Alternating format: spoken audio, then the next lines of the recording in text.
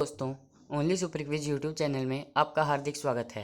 हमने पिछली वीडियो में प्रीपोजिशन के 16 रूल पढ़ लिए थे। अब हम 17वें से शुरुआत करते हैं। 17 है, टिल अनटिल का प्रयोग पॉइंट ऑफ टाइम के साथ होता है। यानी जहाँ पर पॉइंट ऑफ टाइम दर्शाया जाए वहाँ पर हम टिल या अनटिल का यूज करेंगे। जैसे the government will not pass any bill until next session, ये भी हमने पढ़ लिया था। आगे पढ़ते हैं। बाय का प्रयोग प्रीपोजिशन ऑफ टाइम के रूप में पॉइंट ऑफ टाइम के साथ होता है। यानी जो बाय है वो प्रीपोजिशन ऑफ टाइम और बाय पॉइंट ऑफ टाइम के साथ होता है। जैसे we shall have finished the syllabus by the end of next month. अब ये बाय है, द एंड ऑफ ये preposition of time, next month point of time. समझ में आ गया। 19 है, ड्यूरिंग का प्रयोग अवधि के बताने के लिए किया जाता है। जैसे कोई अवधि बताई जा रही हो तब हम ड्यूरिंग का प्रयोग करेंगे। जैसे ड्यूरिंग द स्ट्राइक, स्ट्राइक के दौरान मैनी पीपल डाइड, बहुत सारे लोग मारे गए। ये है up down up to. Up का मतलब होता है ऊपर, अप का मतलब होता है ऊपर, डाउन का मतलब होता है नीचे, अप टू मतलब तक, अप टू का मतलब होता है तक। एग्जाम्पल से देखिए, he climbed up the trees, वह पेड़ के ऊपर चढ़ता है। He ran down the stairs, वह सीढ़ियों से नीचे उतरता है। Children can get free education up to the age of 14, छोटे बच्चों को 14 की उम्र तक फ्री एजुकेशन मिल सकती है। आगे बढ़ते हैं। अब ये और है यूजेस ऑफ प्रीपोजिशन टू।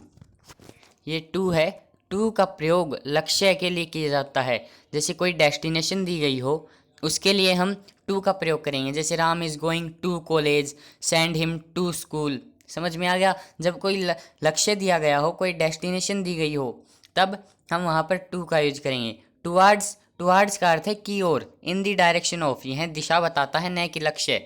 यानी हम टुवार्ड्स, ये टुवार्ड्स कब यूज करेंगे? जब कोई डायरेक्शन की बात कर रहा हो, जब डायरेक्शन की बात हो तब हम वहाँ पर टुवार्ड्स का यूज करेंगे। आगे समझ में। फॉर का प्रयोग भी प्रीपोजिशन ऑफ डायरेक्शन के रूप में लक्ष्य डेस्टिनेशन के लिए होता है। जैसे he is leaving for America tonight, he is leaving for America tonight. अब ये अमेरिका है, ये प्रीपोजिशन ऑफ टाइम दर्शा रहा है, प्रीपोजिशन ऑफ डायरेक्शन। अलोंग, आगे बढ़ते हैं। अलोंग, अलोंग का मतलब होता है समांतर। यानी कोई चीज़ ऐसे चल रही है तो आप भी उसके साथ ऐसे ही चल रहे हैं, उसे हम कहते हैं अलोंग। जब किसी एक को किसी दूसरी वस्तु के समानांतर दर्शाना हो तब अलोंग का प्रयोग करते हैं। यानी आपने पैरेलल लाइन सुना होगा, ऐसे ही ये होती हैं। अलोंग का मतलब होता है पैरेलल। जैसे I walk along the railway line, अब मैं रेलवे लाइन के ऊपर नहीं चल रहा था, मैं रेलवे लाइन के समान चल रहा था, साइड में चल रहा था। ही वॉक्स अलोंग दी रोड, अब वह रोड के बगल में से चल रहा है, न कि ऑन द रोड, ना कि रोड पर। जब दो साथ साथ समांतर हो तब अलोंग विद का प्रयोग होता है। जब दो साथ साथ समांतर हो तब अलोंग विद का प्रयोग होता है। जैसे कम अलोंग विद मी। समझ में आ गया। आगे हम अगेंस्ट का यूज पढ़ते हैं। अगेंस्ट का प्रयोग कई अर्थों में है, यानी अगेंस्ट भी हम कई अर्थों में कर सकते हैं। देखते हैं। अगेंस्ट के यूज हैं। पहला है प्रतिकूल, यानी अपोजिट, किसी का अपोजिट दर्शाने के लिए अगेंस्ट का यूज होता है। जैसे it is difficult to sail against current, यानी धारा के विपरीत बहना कठिन है। अब ये अपोजिट की बात की जा रही है, के विरुद्ध। अब अगेंस्ट का मतलब के विरुद्ध भी हो सकता है। आई एम अगेंस्ट टेररिज्म, मैं आतंकवाद के खिलाफ हूँ। अब ये अगला है सहारा लेकर या टेक लगाकर, यानी अगर आप किसी से सहारा लेकर खड़े हो तब हम अगेंस्ट का यूज करेंगे। जैसे do not stand against the railing, ये यू में फॉल डाउन। समझ में आ गया। अगेंस्ट के हम 3 रूल पढ़ते हैं। पहला प्रतिकूल, दूसरा के विरुद्ध, तीसरा सहारा लेकर। आगे समझ में ऑन टू पढ़ते हैं। ऑन टू है, इस पिक्चर में देखिए आप, ये कोई ऑब्जेक्ट है, इसके ऊपर कोई चीज़ मोशन में आ रही है, इसके ऊपर कोई चीज़ मोशन में आ रही है, तब हम वहाँ पर ऑन टू का यूज करेंगे। जैसे ही jumped on to his horse and rode away. अब ये रोड का मतलब ये घुमाना होता है, राइड की सेकंड फॉर्म, राइड की सेकंड फॉर्म रोड होती है। समझ में आ गया। जब कोई चीज़ किसी के ऊपर मोशन में आ रही हो तब हम ऑन टू का यूज करेंगे। 7th है विद, के साथ, यानी विद का मतलब होता है के साथ। ये तो आपने बचपन में पढ़ा होगा, I am with you, through all thick and thin. अब ये थिक एंड थिन एक फ्रेजेज है, इडियम फ्रेजेज है, जिसका मतलब होता है हर परिस्थिति में। आगे बढ़ते हैं। बियॉन्ड। बियॉन्ड मतलब के बाहर या के परे। बियॉन्ड का अर्थ होता है के बाहर या के परे। जैसे the case is beyond the jurisdiction of the court. अब ये केस जो है ये के परे है, ज्यूरिसडिक्शन यानी जजों के बाहर है। ये उस जज उस केस को नहीं हैंडल कर सकते। समझ में आ गया? बियॉन्ड मतलब के बाहर या के परे। 9th है अबाउट का प्रयोग कई अर्थों में होता है। अभी हमने अगेंस्ट का प्रयोग कई अर्थों में देखा, अब अबाउट का देखते हैं। पहला है के बारे में। इसका अबाउट का मतलब होता है के बारे में, लेकिन इसमें और भी हैं। पहले ये पढ़ते हैं। आई नो अबाउट हिम, मैं उसके बारे में जानता हूँ। मैं उसके बारे में जानता हूँ, ये पहला रूल था। अगला है इट लगभग। अगला है लगभग, मतलब किसी लगभग को दर्शाने के लिए, किसी संभावना को दर्शाने के लिए तब हम वहाँ पर अबाउट का यूज करते हैं। जैसे it is about 100 kilometres away from Delhi, ये यहाँ पे अबाउट का यूज हुआ। अब ये के बारे में नहीं बता रहा, ये बता रहा है लगभग के बारे में। लगभग बता रहा है कि दिल्ली यहाँ से 100 किलोमीटर दूर है। ये है अबाउट प्लस इन्फिनिटिव, कार्य तुरंत होने का भाव।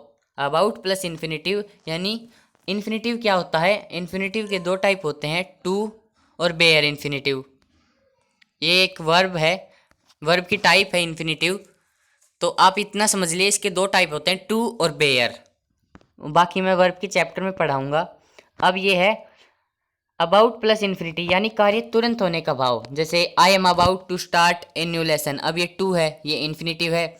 इसके बाद अगर इसके पहले अबाउट हो मतलब कार्य तुरंत स्टार्ट होने जा रहा है। ये है अबाउट टू प्लस वर्ब की फर्स्ट फॉर्म। अब अबाउट टू तो आ जाए, उसके बाद वर्ब की फर्स्ट फॉर्म आए, तो उसके स्थान पर हम गोइंग टू प्लस वर्ब की फर्स्ट फॉर्म या बी टू प्लस वर्ब की फर्स्ट फॉर्म, बी की कोई भी फॉर्म, इसके नीचे लिख रखा है बी की कोई भी फॉर्म, यानी बी की जो फॉर्म्स होती हैं, be, was, been, is, am, are, was, were, ये कोई भी आ सकती है। ये हो तो भावार्थ में कोई परिवर्तन नहीं होगा, यानी ऐसा ही सेंटेंस बनेगा जैसे अबाउट टू में बनेगा। यानी आपने इसमें लिखा कि I am about to start a new lesson, लिख दिया, कोई दिक्कत नहीं। अब ये बी टू प्लस वर्ब की फर्स्ट फॉर्म लिख देते हैं हम यहाँ पे, या गोइंग टू प्लस वर्ब की फर्स्ट फॉर्म लिख देते हैं। जैसे I am going to start a new lesson, तो उसका अर्थ सेम ही रहेगा, कोई परिवर्तन नहीं होगा। समझ में आ गया? आगे बढ़ते हैं। I am going to start a new lesson now, the minister is to deliver a speech. अब ये बी की एक फॉर्म है इज, और इसके बाद टू आ रहा है, मतलब कार्य शुरू होने जा रहा है, अभी शुरू नहीं हुआ है। 10th पढ़ते हैं। अबोव तथा बिलो का प्रयोग लेवल बताने के लिए होता है। अबोव और बिलो का प्रयोग लेवल बताने के लिए होता है।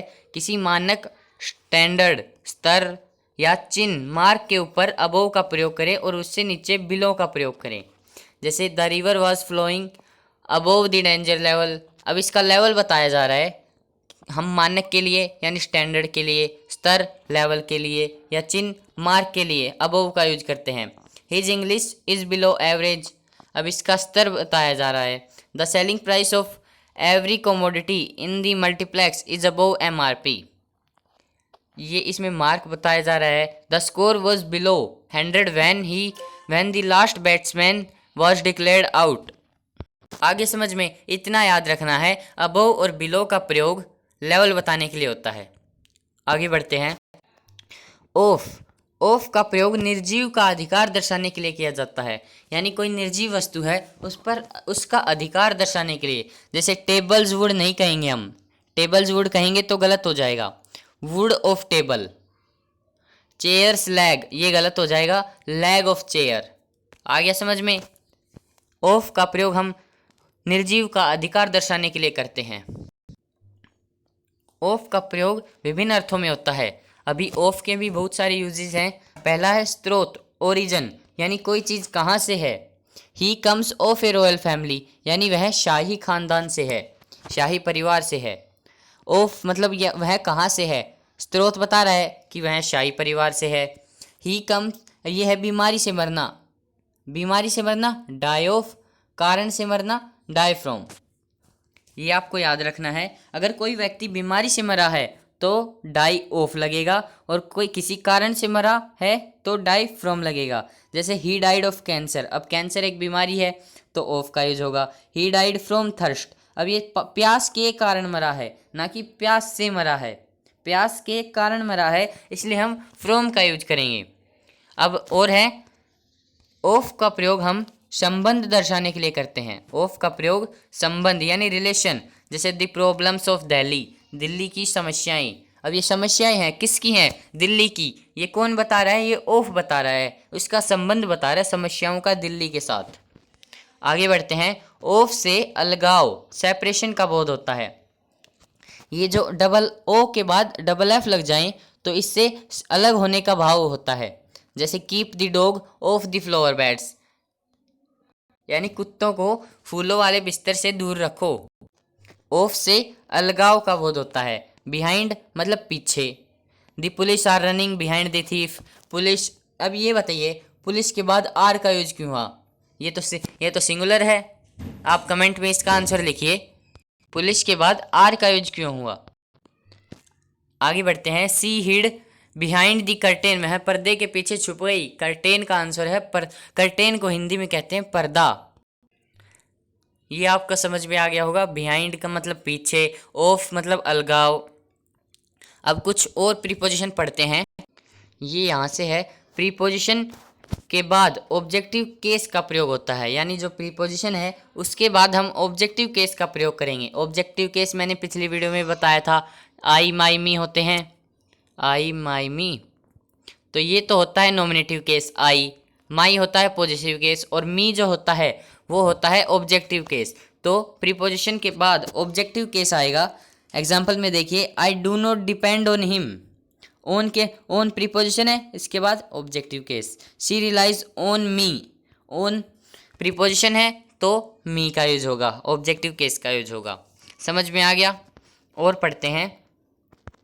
यदि दो शब्द, ऐसे शब्द को किसी कंजक्शन एंड और आदि से जोड़ना हो तो उनके बाद भिन्न भिन्न प्रीपोजिशन लगते हैं, तो इन शब्दों के साथ प्रयुक्त होने वाले प्रीपोजिशन को स्पष्ट कर देना चाहिए। जैसे ये मैं आपको समझाता हूँ। जब कोई दो ऐसे शब्द हैं जिनके साथ अलग अलग प्रीपोजिशन लगती है, ये प्रीपोजिशन का भी एक अलग चक्कर है कि कौन सा किसके साथ आएगा। तो अगर ऐसे शब्द हैं कि अलग अलग लग रही है तो उनको हमने स्पष्ट करना पड़ेगा। जैसे she is conscious of engaged in her work. आगे समझ में, ये कॉन्शियस ऑफ और इंगेज्ड इन ये अलग अलग प्रीपोजिशन लेने वाले वर्ड हैं, तो इन्हें हमने स्पष्ट करना पड़ेगा। सेकंड है, I was surprised at as well as pleased with her performance. He is senior and older than I, use to after senior. अब इसमें मिस्टेक है कि सीनियर के बाद टू आएगा। क्यों? क्योंकि सीनियर एक ऐसा वर्ड है जो प्रीपोजिशन लेता है अपने साथ। He watch is different and cheaper than mine, his watch is different and cheaper than mine, use from after different, यानी डिफरेंट के बाद फ्रॉम लगाएंगे, यहाँ पर हम फ्रॉम लगाएंगे। She is younger and taller than her brother, ये सही है क्योंकि ये इसमें लगा रखा है। यंगर के बाद प्रीपोजिशन नहीं लगती, टालर के बाद देन लगा रखा है, और देन भी प्रीपोजिशन नहीं है, इन दोनों में प्रीपोजिशन नहीं लगती। थर्ड रूल पढ़ते हैं। अगर प्रीपोजिशन के बाद वर्ब का प्रयोग होता है तो वर्ब की first form plus ING form में होनी चाहिए। जैसे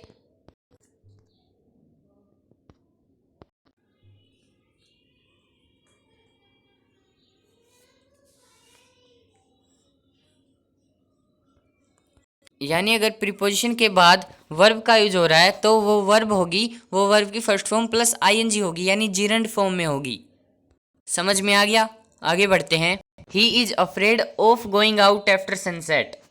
अब ऑफ प्रीपोजिशन है, इसके बाद वर्ब लग रही है, तो जो वर्ब होगी वो वर्ब की फर्स्ट फॉर्म प्लस आईएनजी होगी। होम शब्द से पहले किसी प्रीपोजिशन का प्रयोग नहीं होता यदि इससे पहले निम्नलिखित किसी भी वर्ब का प्रयोग हो। जैसे ब्रिंग, गो, गेट, अराइव, रीच। इन सब का मतलब होता है पहुंचना, आना या जाना।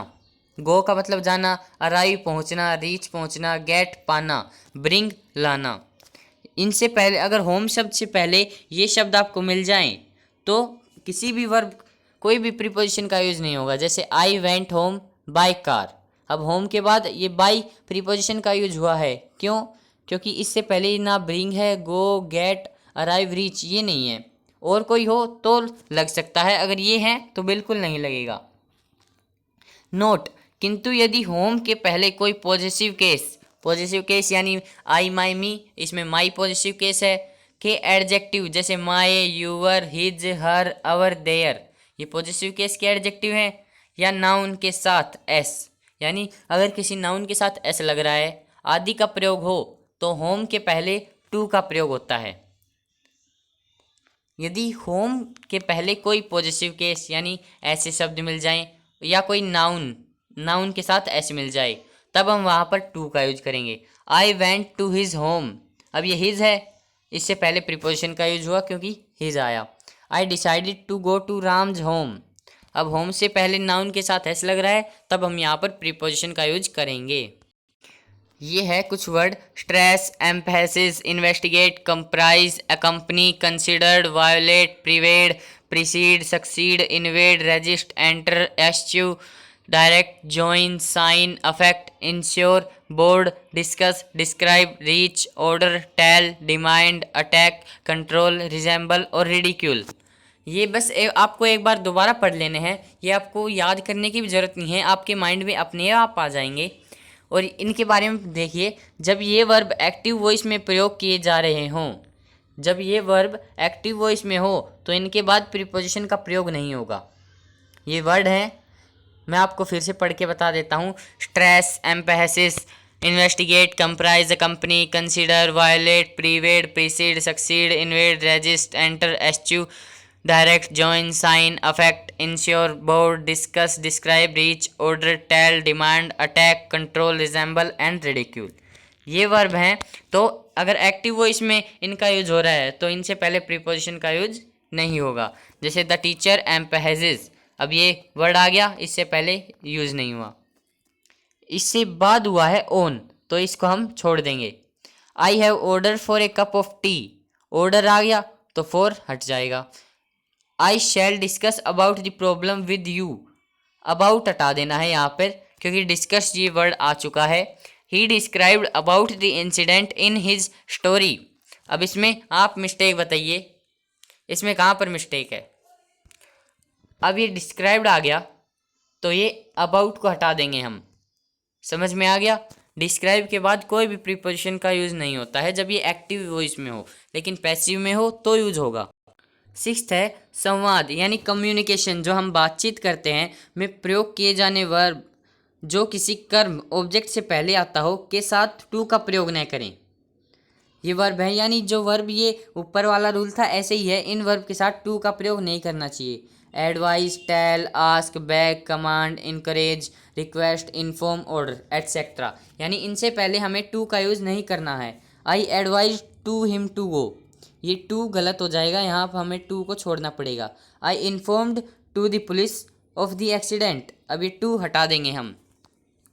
ये कुछ वर्ड हैं जो बातचीत में यूज होते हैं: advice, tell, ask, beg, command, encourage, request, inform, order etcetera.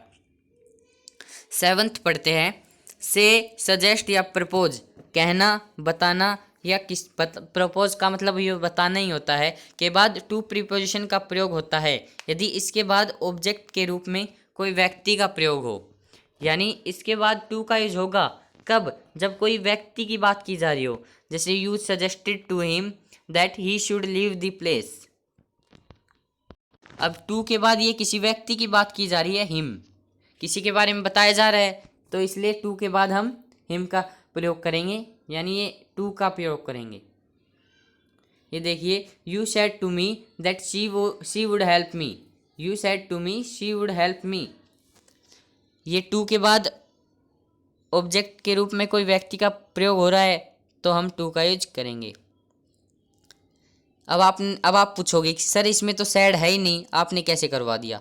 तो से की सेकंड फॉर्म सैड ही होती है, यानी इसकी कोई भी फॉर्म हो सकती है, ये वर्ड जरूर मिलेंगे। ये अगला रूल देखिए, speak, reply, explain, complain, talk, listen, right आदि के बाद हमेशा टू प्रीपोजिशन का प्रयोग होता है और इसके बाद ऑब्जेक्ट के रूप में कोई व्यक्ति का प्रयोग हो, यानी ये वर्ड भी इनके बाद भी टू का प्रयोग होगा, लेकिन कब? जब किसी व्यक्ति की बात की जा रही हो, जैसे he did not reply to me. अब he did not reply me ये गलत हो जाएगा, इसके बाद टू का प्रयोग करेंगे क्योंकि यहाँ पर किसी व्यक्ति की बात की जा रही है। आगे समझ में, आगे बढ़ते हैं। 9th है, प्रीपोजिशन के दृष्टिकोण से वर्ब के साथ प्रयुक्त उपयुक्त ऑब्जेक्ट डायरेक्ट इनडायरेक्ट पर ध्यान दें। यानी ये कुछ वर्ड लिख रखे हैं, इन पर ध्यान दें। Furnish, interest, present, provide, supply इत्यादि के प्रयोग, ये कुछ वर्ड हैं। यानी जो वर्ड हैं इनके साथ ये प्रीपोजिशन का यूज होगा। आई प्रोवाइडेड हिम मनी, ये गलत हो जाएगा। आई प्रोवाइडेड हिम विद मनी, ये सही होगा। आई प्रोवाइडेड मनी टू हिम, यानी इनके साथ हम टू किसी भी प्रीपोजिशन का यूज करेंगे, लेकिन अगर प्रीपोजिशन नहीं है तो गलत हो जाएगा। ऑब्जेक्ट के अनुसार निम्न वर्ब के प्रयोग को ध्यान से देखें। रोब ये कुछ वर्ड हैं। Compensate, explain, fine, propose, recommend, rob, suggest. Example, rob a person of something, we inform the police of an accident, I explain the matter to him, he robbed of her of jewellery. यानी इनके बाद भी हम ऐसी preposition का use करेंगे, जैसे रोब के बाद हुआ ऑफ, लास्ट में भी रोब के बाद ऑफ हुआ, पुलिस के बाद ऑफ, मैटर के बाद टू, इन्फॉर्म के बाद ऑफ यूज हुआ है। समझ में आ गया? ये थोड़ा रूल अटपटा है। ये जो आपको वर्ड दिख रहे हैं इनके साथ फिक्स प्रीपोजिशन है।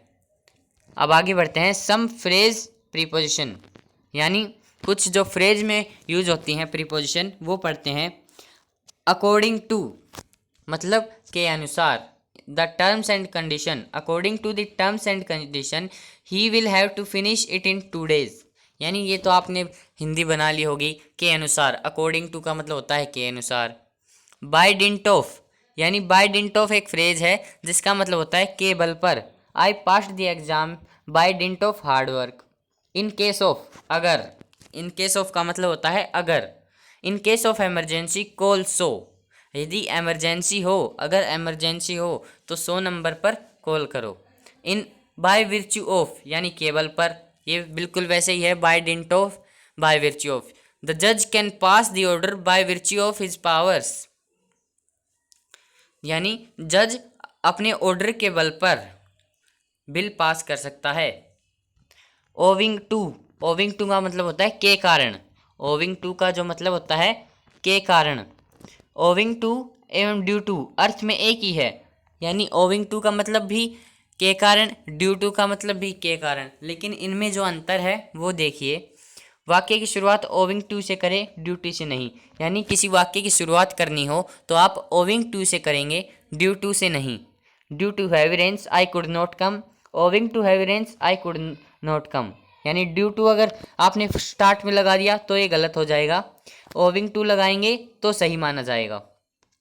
सेकंड है, बी के किसी भी फॉर्म के बाद ड्यू टू का प्रयोग होता है, यानी बी का कोई भी फॉर्म हो, इज, एम, आर, वॉज, वर, इसके बाद हम ड्यू टू का प्रयोग करेंगे, ओविंग टू नहीं। जैसे the accident was owing to heavy rains, अब ये गलत हो जाएगा, the accident was due to heavy rains.